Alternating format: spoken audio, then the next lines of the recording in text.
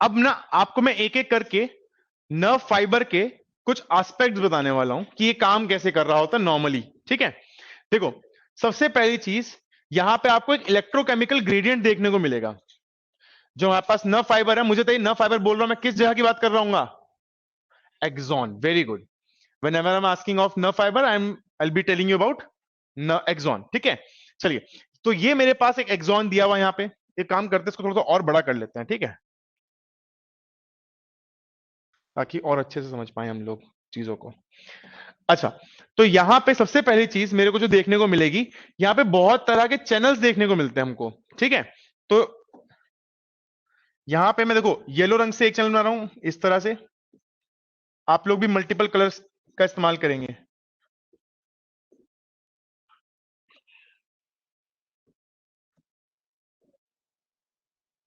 अच्छा, इन चैनल्स को जो मैंने अभी बनाए येलो कलर के पेन से, इनको मैंने नाम दिया है voltage gated, voltage gated sodium channels, Na+ channels. तो these are voltage gated sodium channels. ठीक है,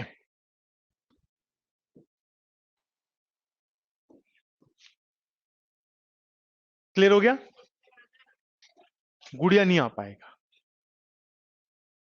अच्छा देखो, तुम अभी जाने से पहले मिलके जाना मेरे से, कन्नू बहन। हम्म, आओ। अब देखो नेक्स्ट तरह का जो हम लोग चैनल बना रहे हैं। अरे कुछ नहीं बेटा, टिफिन देना तेरा मेरे को। उसका कॉर्टिसोल रिलीज हो गया इधर, स्ट्रेस हार्मोन। आओ।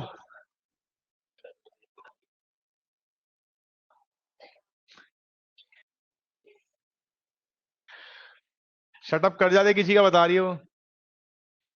बिल्कुल नहीं झेलेगी अभी वो, बिल्कुल। चलो, दूसरे चैनल्स मैंने पिंक कलर के बनाए हैं, आपको दिख रहा होगा क्यूट चैनल्स, इनका नाम है लीकी चैनल्स। Leaky channels.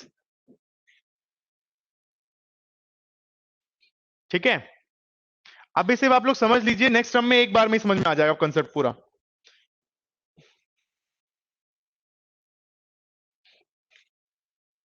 अब देखो, ये जो व्हाइट रंग की मेम्ब्रेन आपको दिख रही है, इसके अंदर जो भी फ्लूइड होगा, वो तो इस न्यूरॉन के सेल का फ्लूइड है।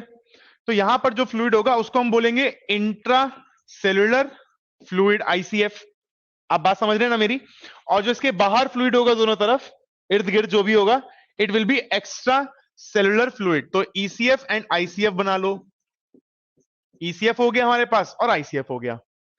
अब देखिए, मैंने आपसे अभी शुरुआत में बोला था कि यहां पे आपको एक इलेक्ट्रोकेमिकल ग्रेडियंट देखने को मिलेगा। Now what is this electrochemical gradient, आप समझे। देखो, यहां पर ना आपको इन द आईसीएफ, भाई देखो प्लीज थोड़ी देर आप लोग सिर्फ बात पे ध्यान दें।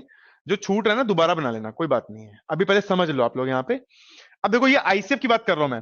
तो आईसीएफ में आपको यहां पर बड़े बड़े जो रेड कलर के बना रहा हूं, they are negatively charged proteins. क्या है ये? Negatively charged proteins. तो इसके लिए लिख लेते हैं हम लोग, यहीं पर नेगेटिवली चार्ज प्रोटीन, एनसीपी लिख दिया हम लोगों ने। अच्छा, तो होगा क्या कि अगर हम लोग देखें, तो आईसीएफ जो है ओवरऑल नेगेटिव चार्ज लेके रखता है, and it is by the virtue of these large negatively charge proteins. बात समझ में आ रही है आप लोग को? तो हम लोग क्या करते हैं, अंदर की तरफ ना इसको माइनस माइनस लिख देते हैं। मेम्ब्रेन के, मेम्ब्रेन के अंदर की तरफ हम लोग माइनस माइनस लिख देते हैं इस तरह से।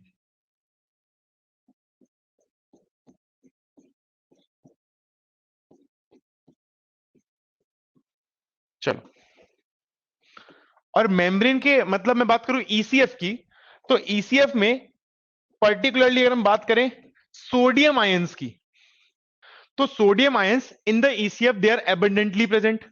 ठीक है, तो यहां पर Na+ का एबंडेंस है, मतलब भयंकर ही है सोडियम इस टाइम बाहर। ठीक है, तो जब सोडियम बाहर बहुत ज्यादा है, तो it will give a net positive appearance. आप बात समझ रहे हैं? तो देखो, ये बाहर से मेम्ब्रेन कैसी हो गई? पॉजिटिव बना दो। मेम्ब्रेन को बाहर से कर दो पॉजिटिव, और अंदर की तरफ से कर दीजिए नेगेटिव।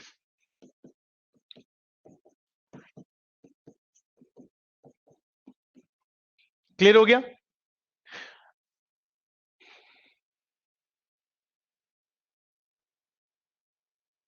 अब यहां पर हमको समझना है दो तरह के आयंस के मूवमेंट के बारे में। ठीक है, देखो ईसीएफ में और आईसीएफ में जो एक कॉमन आयन आपको देखने को मिलेगा, इट इज पोटेशियम आयन। ठीक है, तो आप पास अब मैं ब्लू डार्क पेन से मैं पोटेशियम आयन दिखा रहा हूं। देखो पोटेशियम आयन के साथ क्या है ना कि आपकी मेम्ब्रेन, अभी जरा देखो आप लोग सब लोग ध्यान सामने, ये जो मेम्ब्रेन है ये टेक्निकली पोटेशियम के लिए परमिएबल होती है। ठीक है, तो पोटेशियम का इन एंड आउट मूवमेंट चलता रहता है, and preferably through these leaky channels. समझ में आ रही है आप लोग को बात? अच्छा, अब एक बात और, ऐसा नहीं है कि सोडियम के लिए वो इम्परमिएबल है, बट नियरली इम्परमिएबल है। एनसीईआरटी ने साफ साफ लिखा है। देखो जैसे आप लोग जानते होंगे एक पास साइंस होती है उसको बोलते हैं लॉ। ठीक है, वकालत जिसको बोलते हैं। अच्छा, वकालत में या फिर लॉ में कभी भी ना आपस हम लोग सिनोनिम्स यूज नहीं करते, क्योंकि हर एक शब्द का अपना मतलब है वकालत में। ठीक है, ऐसी बायोलॉजी में अगर मैं बोल रहा हूं ना इम्परमिएबल और दूसरे के लिए बोलो नियरली इम्परमिएबल, तो मैं ये मान के चलूंगा कि दोनों डिफरेंट चीजें हैं। नियरली इम्परमिएबल का मतलब ये नहीं है कि बिल्कुल ही बंद हो जाएगी एंट्री, उसका मतलब ये है कि रेस्ट्रिक्टेड है कहीं हद तक। इसका मतलब ये हुआ कि सोडियम भी अंदर आ सकता होगा, but as compare to potassium उसकी मात्रा कम होगी। ठीक है, तो ऐसे में मैं क्या देखूंगा ना, देखो मैं ऐसे दिखा देता हूं फिर इस चीज को मेंटेन करने के लिए।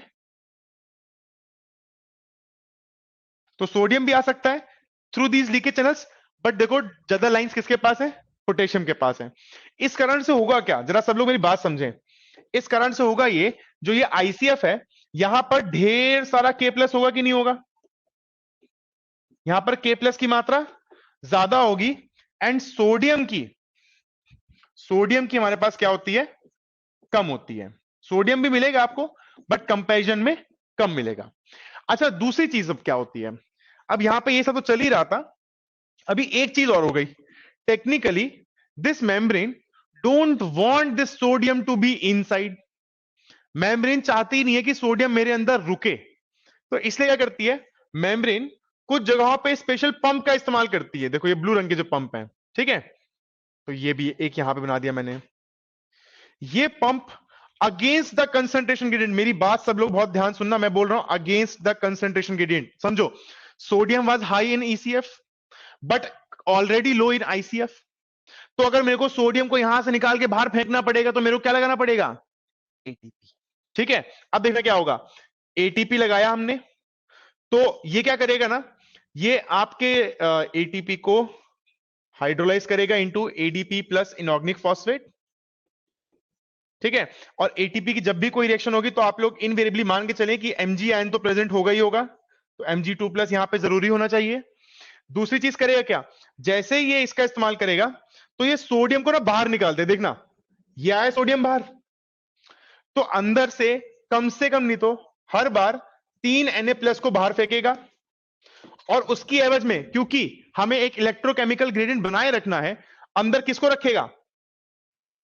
पोटेशियम को फेंकेगा। कितने पोटेशियम अंदर जाएंगे? 2K+ will go inside. आपको बात समझ में आ रही है? क्लियर हो गया मेरी बात? अच्छा, ऐसा अगर नहीं करूंगा ना तो शायद एक टाइम ऐसा आ जाए कि अंदर सोडियम सोडियम हो जाए और शायद अंदर भी पॉजिटिव हो जाए। और मेरे को क्या चाहिए? मेरे को तो चाहिए कि ये मेम्ब्रेन पे इधर और इधर एक पोटेंशियल डिफरेंस बना रहे, क्योंकि अगर इलेक्ट्रिकली हमारे पास पोटेंशियल डिफरेंस नहीं होगा तो I can not create an impulse. तो it is mandatory for the system to do this. ऐसा नहीं है कि इसको चिढ़ है सोडियम से। ठीक है, असल में क्या है ना, आप लोगों ने देखा होगा, मैंने शुरुआत में नाम लिखा था voltage gated sodium channels. Voltage gated sodium channels will only open for sodium, but इसकी अपनी एक रिक्वायरमेंट है। रिक्वायरमेंट क्या, अब हम समझते हैं। देखो अभी तक जो भी आपने पढ़ा यहां पे, ये कोई टफ तो टॉपिक था नहीं, बहुत इजी चल रहा है अभी तक। अब समझो, दिस मेम्ब्रेन, आप ऐसा भी तो बोल सकते हो कि this membrane is semi permeable membrane. Semi permeable कैसे? बिकॉज K+ की एंट्री कैसी है? फ्री है, आओ जाओ मरो। जबकि सोडियम की एंट्री कैसी है? रेस्ट्रिक्टेड है, बहुत कम ही सोडियम अंदर आ सकता है। मैं कह सकता हूं, ऐसा नहीं कह सकता हूं। And because this is semi permeable, we have this pump, we have this leaky channels, the membrane has a potential difference across the membrane has an electrochemical difference across ECF and ICF। तो आपको ECF में अलग potential gradient देखने मिलता है, ICF में अलग। And at rest जब मैं इससे कुछ भी ट्रांसपोर्ट नहीं करवा रहा हूं, तो जब मैंने इसे गैल्वेनोमीटर से चेक करा कि रेस्टिंग पर इसका पोटेंशियल कितना है, what is the potential difference, अंदर से बाहर पोटेंशियल डिफरेंस कितना है, तो जब मैंने चेक करा तो इस मेम्ब्रेन का, this membrane has a resting potential, membrane का रेस्टिंग पोटेंशियल जब मैंने निकाला तो इट वाज -70 मिलीवोल्ट। कितना था? -70 मिलीवोल्ट। मेरी बात समझ में आई? अब आप लोग देख रहे थे ना कि उधर वोल्टेज गेटेड चैनल्स हैं। These voltage gated channels will only open if a certain amount of change is created. Certain amount of change क्या मतलब? अगर मैं स्टिमुलस लेके आऊं, मानो मेरी बात समझना अभी आप लोग, मैं एक स्टिमुलस लेके आता हूं, ये लेके आ गया मैं स्टिमुलस, और मैंने इसके ऊपर डाल दिया, ठीक है। अब जो ये स्टिमुलस में लेके आया था, लेट से इसकी इंटेंसिटी थी पॉजिटिव में 20 मिलीवोल्ट, पॉजिटिव में 20 मिलीवोल्ट की इंटेंसिटी लेके आया। मतलब ऐसे समझो आप लोग कि मैं ऐसे टच कर रहा हूं मेम्ब्रेन को, ठीक है। टच करने पे वो क्या होती चली आ रही, देखो -70, 60, 50, 40 ऐसे करते हुए जीरो पे आ गई, और जीरो से पॉजिटिव की तरफ बढ़ गई। बट पॉजिटिव की तरफ मैं कितना बढ़ा पाया उसे? +20। तो कोई इंपल्स जनरेट नहीं होगी। क्यों नहीं जनरेट होगी? बिकॉज जो वोल्टेज गेटेड सोडियम चैनल्स हैं उनकी ओपनिंग कितने पे होती है? +40 से +45 पे। मेरी बात समझ रहे हो? इसका मतलब जो ये स्टिमुलस था, ये उसकी क्या नहीं थी? हैसियत नहीं थी। ऐसे स्टिमुलस जिनकी हैसियत जनरेट करने की नहीं होती है एक एक्शन पोटेंशियल, उनको बोलते हैं सबलिमिनल स्टिमुलस। क्या बोलते हैं? सबलिमिनल। सबलिमिनल का मतलब ना ऐसे भी हो सकता है, जैसे आपके दोस्त हैं, उनको मालूम है कि इसको अगर मैंने इतनी बात सुना दी तो झगड़ लेगा, मगर इतनी इतनी सुनाऊंगा तो झगड़ेगा नहीं, तो धीमे धीमे टोन सी मारते रहते हैं। झुलसती तो है, मगर उतनी झुलसने पे तुम लड़ाई नहीं कर सकते, दोस्ती खराब नहीं कर सकते। तो उनको बोलते हैं सबलिमिनल डिस्क। क्या बोलते हैं हम लोग? Subliminal disc. और एक्सप्लिसिट डिस्क किसे बोलते हैं? जब तुम्हारा दोस्त बढ़िया से करके तुम्हें पेल दे, ठीक है। तो दैट इज लाइक दैट। अब जो लोग रैप सुनते हैं उनको मालूम होगा सबलिमिनल डिस्क क्या होता है, कभी सामने से मुंह पे लेके नहीं बोला, ठीक है। जैसे वो एमी में बंटाई में बनते हैं डिस्क, ठीक है। हाँ वो तो खैर अब एक्सप्लिसिट हो गया, अब तो खैर दोनों में एक्सप्लिसिट हो गया, बट एक टाइम था वो बंटी बंटी बोलता रहता था, ठीक है, और पापा को चिढ़ाता रहता था, बट अलग अलग। तो सबलिमिनल वाज नॉट डायरेक्ट, ठीक है। अब सुनना मेरी बात, बट सोचो अगर मैं +20 से इसे उठा के ले आऊं +40 पे, तो वोल्टेज गेटेड चैनल्स की शर्त पूरी हो गई। उन्होंने कहा था मैं ओपन कर दूंगा जब आप कितना लेके आओगे? +40। तो जैसे मैं +40 लेके आऊंगा ना, these voltage gated channels will all open. And because आप लोग देख रहे थे एक इलेक्ट्रोकेमिकल ग्रेडियंट था भाई, तो पॉजिटिव ऑब्वियस केस में किधर की तरफ मूव करना चाहेगा? Toward the negative. तो ढेर सारा sodium through these channels will enter in the ICF. और जब इतनी तेजी से एंटर करता है तो होगा क्या कि अंदर हो जाएगा सारा माहौल पॉजिटिव, और बाहर इसके कंपैरिजन में हो जाएगा नेगेटिव। अब देखो, जो मैंने कहा था ना कि मेम्ब्रेन का रेस्टिंग पोटेंशियल था कितना? -70 मिलीवोल्ट। अब मैंने इसे क्या करा? मैंने इसे +40 लेके गया था। तो जब मेम्ब्रेन रेस्टिंग पोटेंशियल में -70 दिखा रही थी, तो such a membrane has said to be a in a polarized state. But जब मैंने इसे स्टिमुलस दिया +40 45 का, तो इट हैज बिकम नाउ, कैसी बन गई अभी? ये डीपोलराइज्ड हो गई। कैसी हो गई? डीपोलराइज्ड। और डीपोलराइज्ड होते ही मेरे भाई सब लोग सुनिएगा, क्या होगा कि भयंकर मात्रा में सोडियम अंदर की तरफ एंटर करेगा, ठीक है, जिसके कारण अंदर हो जाएगा पॉजिटिव और बाहर हो जाएगा नेगेटिव। इस रैपिड चेंज के कारण अंदर इलेक्ट्रिसिटी जनरेट हो जाएगी मेरे भाई, और उसी इलेक्ट्रिसिटी को हम लोग नाम देते हैं ए पी, यानी एक्शन पोटेंशियल। क्लियर हो गया आपका बात? बस एपी था, आगे कुछ नहीं, ठीक है। अच्छा, this AP which has been generated because of this rapid influx, ठीक है। तो इसके पास एक्शन पोटेंशियल, आप लोग भी बात समझो, एक्शन मतलब कार्य, पोटेंशियल मतलब क्षमता। इसके पास कुछ कार्य करने की क्षमता है, ठीक है। कार्य क्या है कि देखो, जिसे पकड़ो आप लोग, ऐसे समझो, किसी और पेन से करते हैं, ग्रीन दिखेगा नहीं, इससे करते चलो। अब जरा देखना, मान लो इस पर्टिकुलर सेगमेंट पे हमारे पास जो स्टिमुलस आई थी, हाँ दिख रहा है, तो इतने सेगमेंट में आई थी, तो यहां पर एपी जनरेट हुआ था। एपी जनरेट होता, इसी सेगमेंट के तो हमारे पास सोडियम चैनल्स ओपन हुए थे। तो एपी ने दो काम करता है। एपी पहला काम करेगा, जब बहुत सारा सोडियम अंदर आ जाएगा तो अंदर भर जाएगा, तो एपी अपने वाले सोडियम गेटेड चैनल्स को क्या कर देगा, बंद कर देगा। बट रेस्पेक्टिवली अपने से नेक्स्ट वाले सेगमेंट के चैनल्स को क्या कर देगा, ओपन। मतलब जो एपी जनरेट यहां पे हुई थी, अब मेरे को जरूरी नहीं कि मैं दोबारा स्टिमुलस दूं ताकि इस वाले सेगमेंट के जनरेट हो ना, इसी एपी ने अगले सेगमेंट के क्या कर दिया, सोडियम चैनल्स को ओपन कर दिया। तो अब यहां पर भी सेम भसड़। फिर जब वो यहां पे आ जाएगा, जब यहां पे खूब सारा सोडियम भर जाएगा और एकदम तरबतर हो जाएगा, तो यहां के बंद, अगले के खोल, फिर अगले के खोल। अब मेरी बात समझना, ये जो बिजली बनी थी इसका नाम था AP, but this is not impulse. मेरी बात समझना, ये बीएससी में होता है, फर्क समझते हैं हम लोग कि एक्शन पोटेंशियल में और इंपल्स में फर्क क्या होता है। देखिए एक्शन पोटेंशियल एक लोकलाइज्ड फ्लक्स होता है, localized changes action potential, but when this localized potential start moving it becomes an impulse। बात समझ में आ रही है?